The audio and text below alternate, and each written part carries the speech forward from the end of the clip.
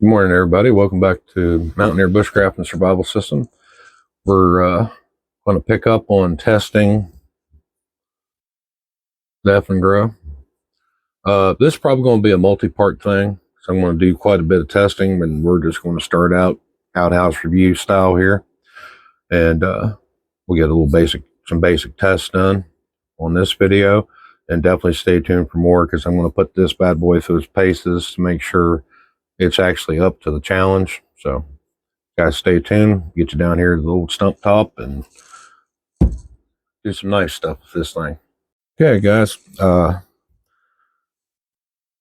be hard getting this big guy in the frame with everything, but we'll do what we can here.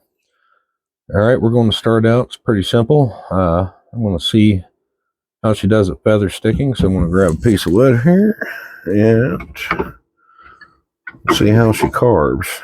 Yeah, there we go. That one's not too hateful.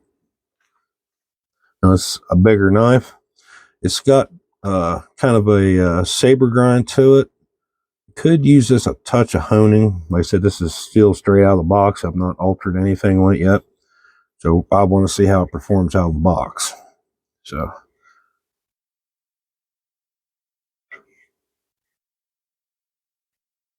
I can get some pretty fine shavings there, so that's at least accomplishable. If it doesn't do a great job at feather sticking, provided I can get these curls like this, now, I don't necessarily have to have that all attached to the stick, so it's far more convenient and a little more better to do it that way if possible. But so long as I can get shavings, I'll be all right with it. Okay, there we go. Got to find the angle. Anytime you get a new blade, and even though it is sharp, if it's different geometry and different micro bevel, you got to kind of play it a little bit, kind of move it, just try to figure out where to hold it for getting the optimal cuts out of it. So it's not quite as smooth as I want it, but I think once I put my edge on it, she'll do pretty good. And I'll definitely test that out after the fact. So, but for now, I'm pretty okay with that. So for feather sticking, it passes the grade, as far as I'm concerned.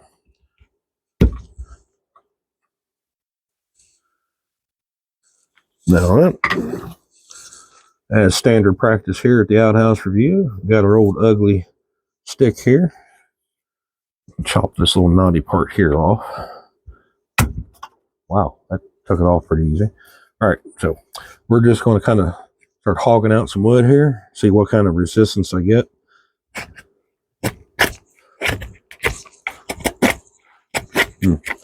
That's not quite as smooth as I'd like, but again, that may come down to that edge needing touched up.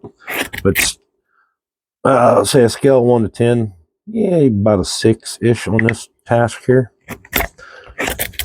I mean, it's definitely not the worst, but I'm gonna definitely butter up that edge the way I like it. I think it'll do this task a lot better. Now, mind you, as you watch, when I start getting towards the edge of this blade and I'm cutting, you start seeing my wrist bending back and the blade coming back towards me like that. That's a good sign that I'm having to put too much pressure on the cut. So as I'm cutting here, I'm not having too much of that, so the resistance ain't too bad. And we'll even try to get that Tonto tip here in some of this. Ooh, I broke the tip off of the old ugly stick, and I did it again.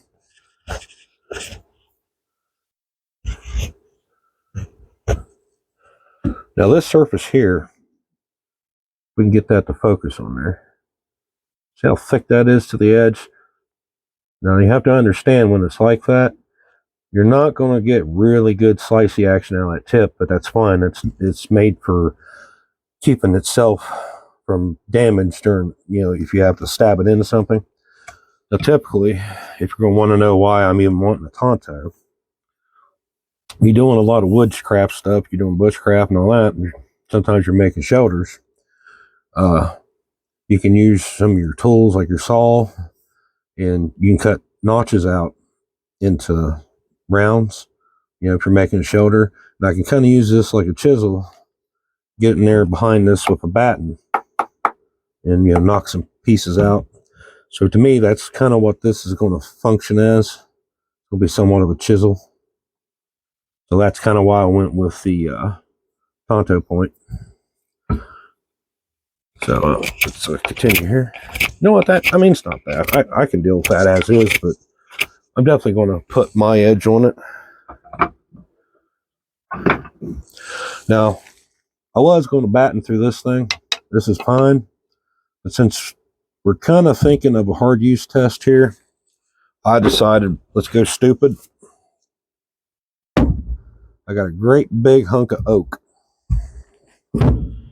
So I'm going to have to move the stump.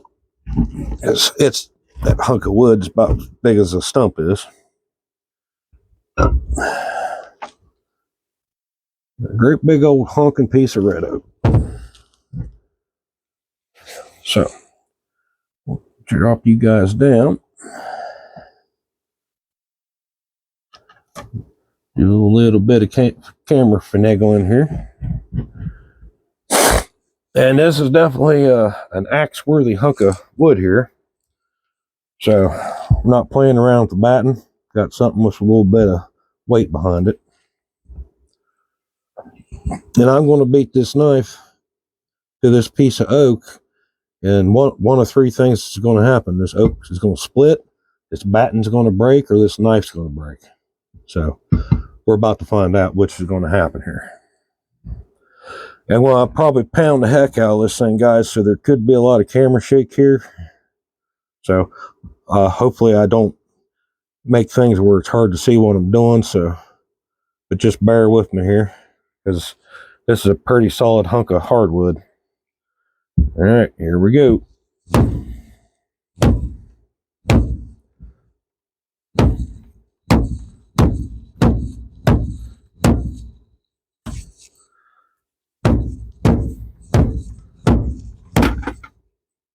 Knocking stuff off the shelf. There we go. All right, let me drop you down a little bit more. Might have to just adjust the camera as we go to chase this action down. And that's, yeah, it's beating up my batten, but you know, hey, it's a hard use test. I can make another batten.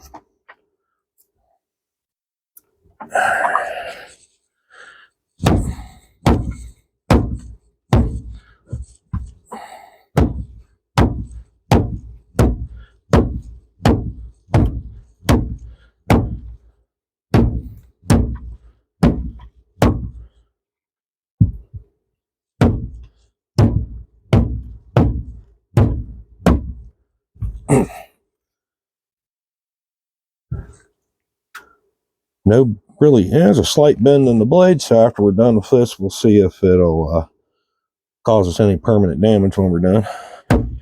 If I could hit the thing, it'd probably help.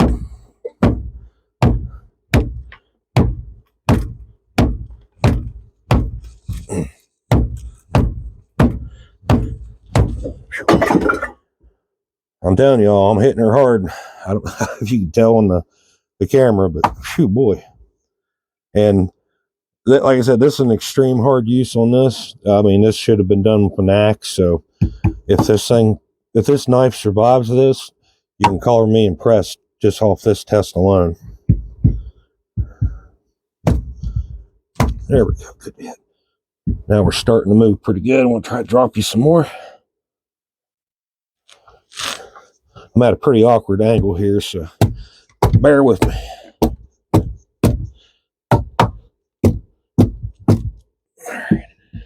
We are almost through. There we go.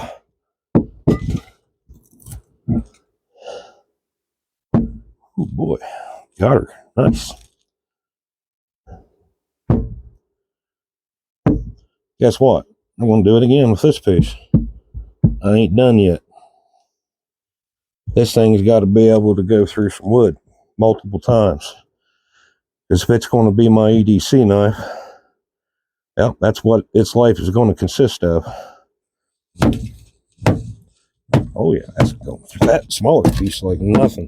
Nice. Nice. All right. Okay, I'm going to get y'all Get you pause real quick and get this camera readjusted, and be right back with you. That performed pretty well. Our finish seems to have held up decent, and I'll tell you right now, I don't care about the finish. If it rubs off, rubs off. Doesn't make a hoot to me. If it becomes my EDC blade, it's not going to be in the sheath, not doing anything long enough to worry about rust. So, the profile of that is splitting quite well. And like I said, I'm not afraid, provided we don't got that skeletonization. And I will eventually. I'm going to pop these off to look. But provided this isn't skeletonized, I have no risk to me much. In my personal opinion, I have absolutely no fear of this blade snapping. But the only failure point we could have is if we got, some skeletonization here, which fortunately a lot of good knives, expensive knives, have got nowadays. So you'll find that most knives break right around the handle area. But that's, starting into that skeletonized part. So, but we'll investigate that. But like one of the scales may be a hair loose there, but that's no big deal. Like I said, that can be tightened.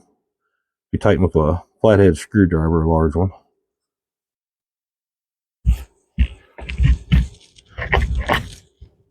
All right, now I'm gonna do a little chopping here. And this is still a piece of that oak we just split.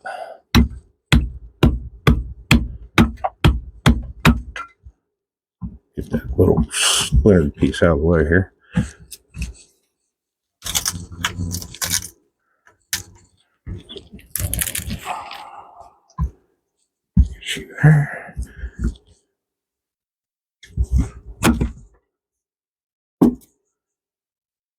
Well, where was I at? There we go. Get back to my choppy end here.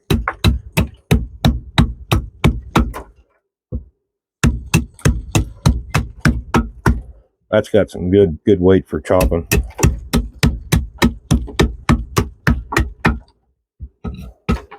I'm a very big fan of Scandi grinds, but like I said, the saber grinds right there almost neck and neck with it. And with the right design knife, with that or high saber grind, I mean, it's right behind the Scandi for me. What you're seeing now is because of that blade geometry with that Scandi grind, or not, my words, the saber grind on this with its weight and the way the dimensions are for its balance is why it's chopping so good.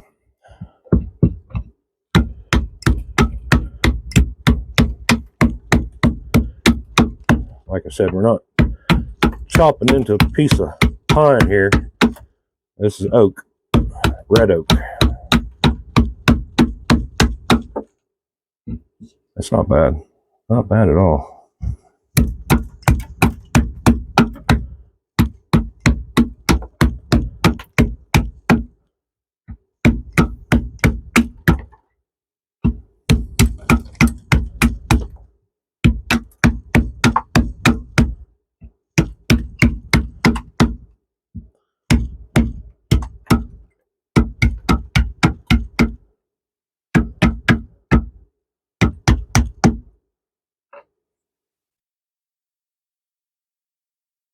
Yeah, that's not hateful.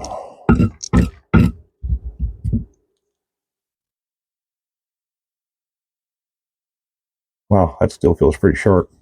All right, real quick.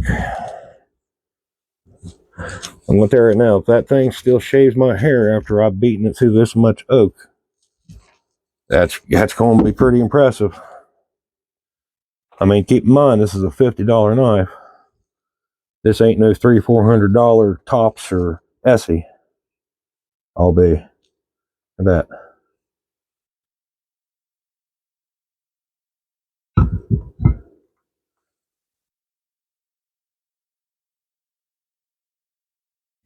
All right, that won some good points right there.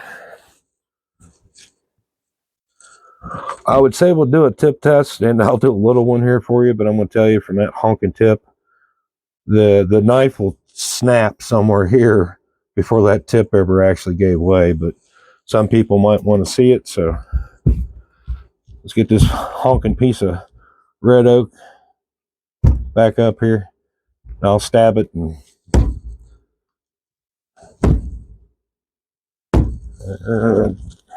come on, break. I dare you to break. Yeah. Yeah, there ain't no breaking that tip.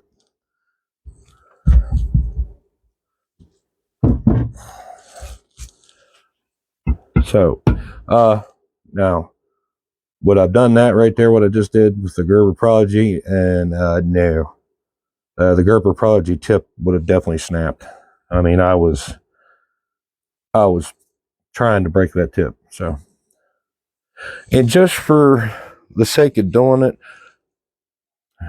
well, as a messy end, I should have sawed that end. Look at that mess. All right. I want to see how it does batting through some pine. Well, that thing's pretty well cracked. All right, this ain't going to be a good demonstration piece. I got a pretty big fisher, so I'll wait and do that later, maybe out in the field, because that won't be much of a challenge for this thing. But I do want to see how it does go through pine. I'm sure it'll glide right through it with my battening. So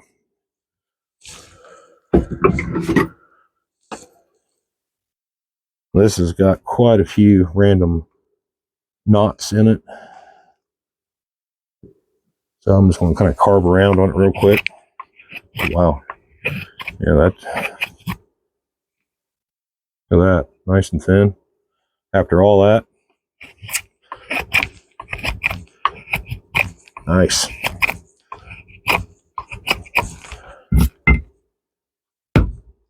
Wow, that thing's nice so far. I'm liking it. I'm liking it. Okay, like I said now,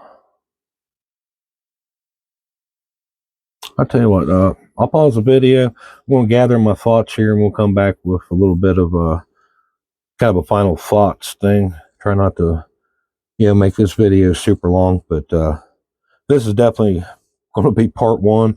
There's going to be multiple parts because I'm not even close to being done putting this thing through its paces. So hopefully y'all stick with me on that journey, because I really hope that I've found a knife that most people can afford, that you can actually potentially trust your life to. So I'll be back with y'all pretty soon. And here in just a minute, let me gather my thoughts. I'll do a final thoughts and yeah, come right back at you. Okay, final thoughts here. And they're not the final thoughts, because like I said, there's more testing to come. But my final thoughts as of the end of this testing I did here stands. I gotta admit, I'm pretty impressed. That thing so far is, it surprised me. Like I said, I've seen it do some crazy stuff on other people's videos, but it wasn't in my hands. I didn't, I wasn't doing the testing myself to feel it and to know for a fact that there weren't no sharpening or honing after a camera cut. Pretty impressed. So I currently would say, just off this initial test, but I do prefer a longer term test. That way, like I can say absolutely, like the Gerber Prodigy. I've owned that knife for, I'd like to say 7 years, 6-7 years, and I've used it a lot. I've taken it out, practiced skills with it, made many a fire with it, batting, all that good stuff with it, and it's held up and lasted. So I'm very confident in its ability to do its job and not fail you.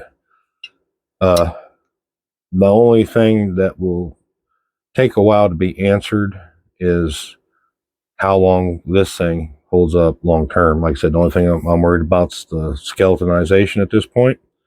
After the video here, I'll probably grab some tools up and I'm going to take it apart and look, and we'll cover that in the next part of my testing of this video. If I find it skeletonized, I'll show you guys. But if it's not, that's going to be some major points in its favor. So I'm really got my fingers crossed that this is not skeletonized. But right now, I'm highly impressed. Like I said, $50. We got Amazon Prime, so it was free shipping. And it only took like 6 days to get here. 6-7 days, something like that. But we'll go ahead and cut the video here. Definitely going to keep up with this and keep everybody informed on how it goes. I'd say I may, at the very least, it'll be 2 more test videos, and I'm going to get out there in the woods, and I'm literally going to just take it and start hacking some, some small trees and stuff. I'm going to try to use it like a hatchet. Definitely be batting it through more. I want to keep batting it through wood because that's a very high impact, very strenuous test to put on a knife, because typically when they fail, they usually fail from being battened. So with that, everybody have a very good day. Appreciate you all for watching. Please like, share, and subscribe. Really helps build the channel out, and if possible, watch the videos to completion. That also very much helps the algorithm out. So I'll see you all again in another video.